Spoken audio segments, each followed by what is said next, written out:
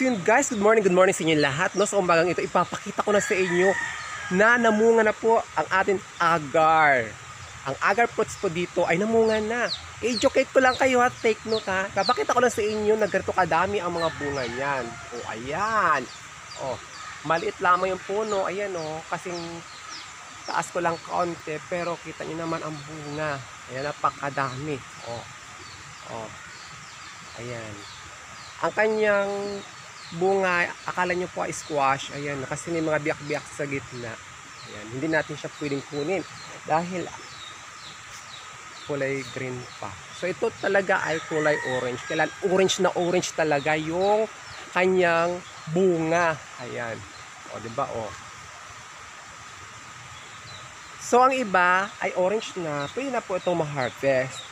Pero ang iba hindi pa. So ganyan, o. O. Diba? So, ayan.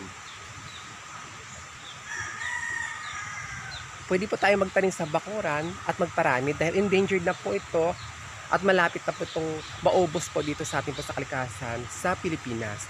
Ika-konti lamang po ang meron nito at mostly po sa mga Galapagos of Asia meron lang po ito.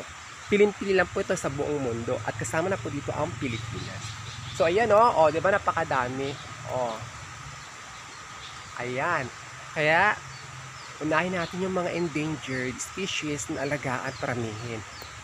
At rare at makakatulong dito sa atin. Kaya thank you for watching. Para ma-educate naman kayo na hindi po kayo namamangha sa mga tanim-tanim sa paligid.